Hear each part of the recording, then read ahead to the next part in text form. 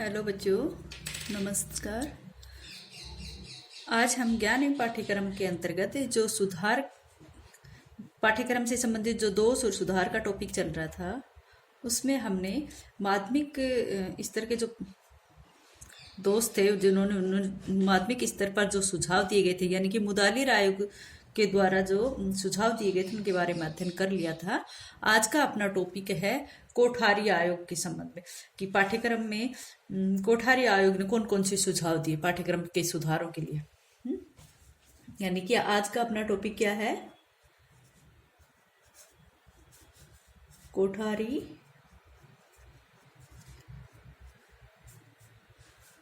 आयोग के सुझाव किसके प्रति? पाठ्यक्रम के प्रति। भाई उन्होंने क्या क्या सुधार की बात कही या क्या कुछ नया करने के लिए कहा। कोठारी आयोग का की जो कोठारी आयोग के जो सुझाव थे या कोठारी आयोग की जो शिक्षा जो समिति थी उसने अपना कार्य, यानी कि इसकी स्थापना 1964 से 1966 के मध्य आते हैं। इनके जो सुझाव दिए गए थे पाठ्यक्रम में या शिक्षा से, तो 1964 से 66 के मध्य आते हैं। ठीक है, तो हम सब जानते हैं कि कोठारी आयोग ने भी मुदालिर आयोग की तरह ही पाठ्यक्रम से संबंधित दोषों का निराकरण किया। और इन्होंने जो एक नई बात कही थी वो थी कि इन्होंने लोअर प्राइमरी से लेकर हायर सेकेंडरी तक की कक्षाओं के पाठ्यक्रम में परिवर्तन किया था। कौन कौन सी? एक तो हम कहेंगे कि इन्होंने जो सुधार किए थे वो लोअर प्राइमरी से लेकर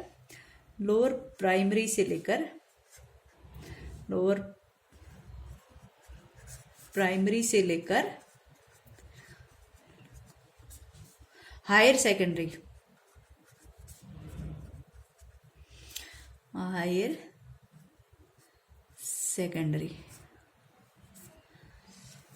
स्तर की कक्षाओं के लिए क्या जो पाठ्यक्रम में जो सुधार किए उन्होंने लोअर प्राइमरी से लेकर हायर सेकेंडरी तक के स्तर के लिए की। और इन्होंने इसको मतलब कि क्लासों में इसको डिवाइड भी किया था। जो सबसे पहले इन्होंने इसका विभाजन किया वो था सबसे प्राथमिक स्तर पर जो उन्होंने किया था वो है इनका पूर्व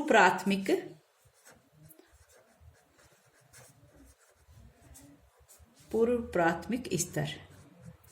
यहाँ पर उन्होंने कक्षाओं का जो विभाजन किया था स्तर के अनुसार, तो उसमें सबसे पहले तो जो स्तर इन्होंने बताया कि प्राथमिक स्तर पर भी कक्षाओं का दो लेवल बनाए इन्होंने, जिसमें एक था पूर्व प्राथमिक और दूसरा था उच्च प्राथमिक। और जो पूर्व प्राथमिक था उसमें उन्होंने पहली कक्षा से लेकर फर्स्ट कक्षा से लेकर चौथी कक्षा तक का, यानी पूर्व प्राथमिक स्तर के अंतर्गत पहली कक्षा से लेकर चौथी कक्षा तक का पाठ्यक्रम आता है। और इस पाठ्यक्रम में जो इन्होंने विषय बताए वो थे, एक तो था भाषा,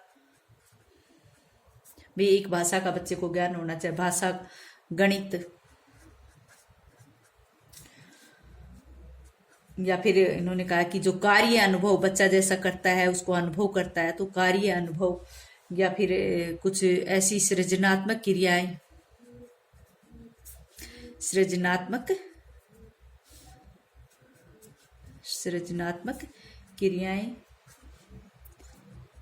या फिर स्वास्थ्य से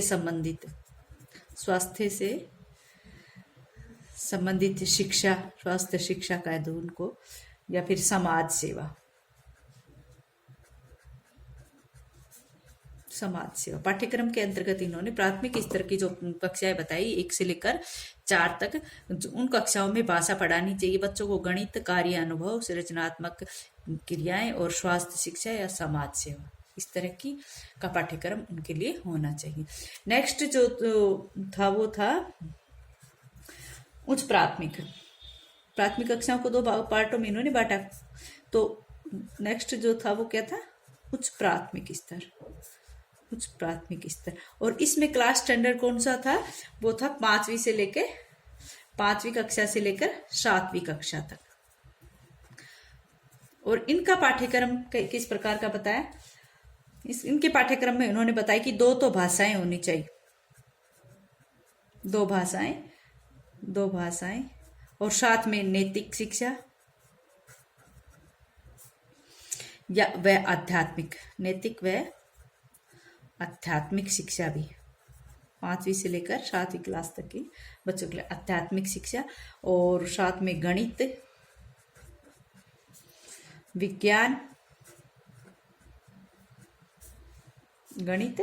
विज्ञान, समाज सेवा,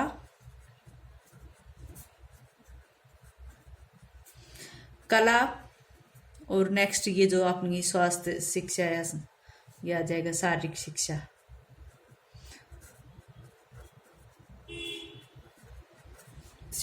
आदि विषय किस में आएंगे? उच्च प्राथमिक कक्षाओं के लिए। ठीक है, अब नेक्स्ट आता है, नेक्स्ट इन्होंने जो तीसरे स्तर की कक्षाएं बताई थी, वो बताई थी जो पूर्व माध्यमिक स्तर की, जो तो उसमें पहला आता है पूर्व माध्यमिक स्तर। पूर्व माध्यमिक स्तर, और इसमें कक्षा स्टैंडर्ड था 8वीं से लेकर 10वीं तक की कक्षाएं को लिया गया। और इनमें 3 जो पाठ्यक्रम इन्होंने बताया था, उनमें पाठ्यक्रम इन्होंने 3 तो भाषाएं बताई, 3 तो भाषाएं, और साथ में विज्ञान है, गणित है, ये सारे विषय बताए। गणित, विज्ञान, गणित, भूगोल, राजनीतिक विज्ञान, या फिर जैसे कि क्या बोलते हैं उसको, नागरिक शास्त्र, सिविक्स। ठीक है, और इसके साथ में कार्य अनुभव भी, और सामाजिक शिक्षा,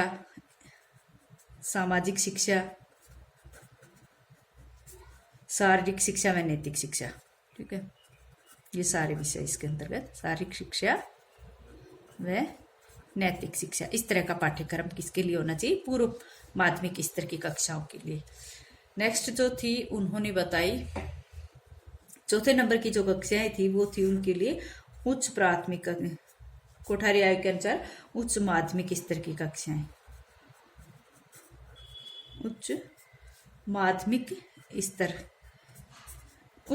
स्तर के अंतर्गत इस स्तर पर जो उच्च कक्षाएं आती है, जो अपनी 11वीं से लेकर 12वीं तक की, 12th तक की कक्षाएं इसके अंतर्गत ली गई थी।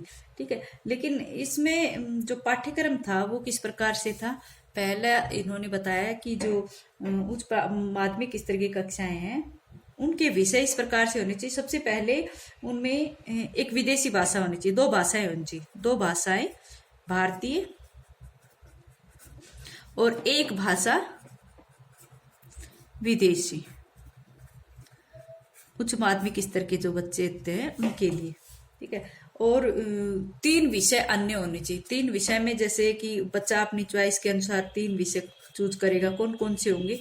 3 विषय का चुनाव करेगा। किन किन में से? जैसे एक तो आएगा इसमें एक अतिरिक्त भाषा, दूसरा आएगा इसमें इतिहास। भाई इसमें जैसे अपनी हिंदी, इंग्लिश ये भाषाएं आ गई, संस्कृत भी भाषा आ सकती है इसमें, और एक विदेशी भाषा आ जाएगी, अतिरिक्त भाषा। ठीक है, और नेक्स्ट है भूगोल है। इन सारे विषयों में से एक बच्चा जो है 3 विषयों को चूज करेगा। तर्कशास्त्र, नेक्स्ट है मनोविज्ञान, नेक्स्ट है समाजशास्त्र,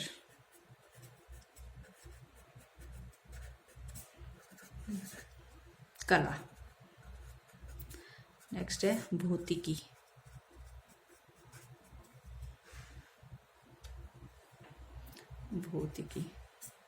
इससे नेक्स्ट है,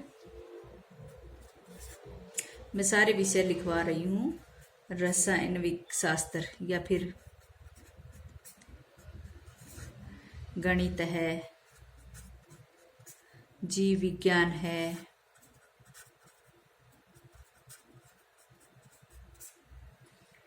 या फिर गृह कार्य है, सॉरी गृह कार्य ना, विज्ञान, गृह विज्ञान। नेक्स्ट है भूगर्भ शास्त्र। ठीक है, तो इस तरह से ये 13-14 विषय जो हैं, इनमें से बच्चा क्या करेगा, 3 विषयों का चूज करेगा, 3 विषय इसमें से लेगा। ठीक है, एक तो आ गया इसमें, जैसे ये भाषा से संबंधित आ गया, 2 भाषाएं तो जो भारतीय होंगी उनमें एक विदेशी भाषा होगी, और 3 विषय इनमें से लेंगे। पहला पॉइंट तो इसका ये होगा भाई 2, और नेक्स्ट ये है एक विषय तो इसमें से भाषाओं वाला लेगा, और एक तीन विषय इनमें से लेगा। ये जो 14-15 विषय हमने बताए हैं, इनमें से बच्चा अपनी चॉइस के अनुसार 3 विषय को चूज कर लेगा भाई, चाहे वो एक इनके अलावा एक अतिरिक्त भाषा ले ले, या फिर इतिहास लेगा, या भूगोल, अर्थशास्त्र में से कोई भी 3 विषय चूज कर लेगा। ये उच्च माध्यमिक स्तर के विद्यार्थियों के लिए होगा।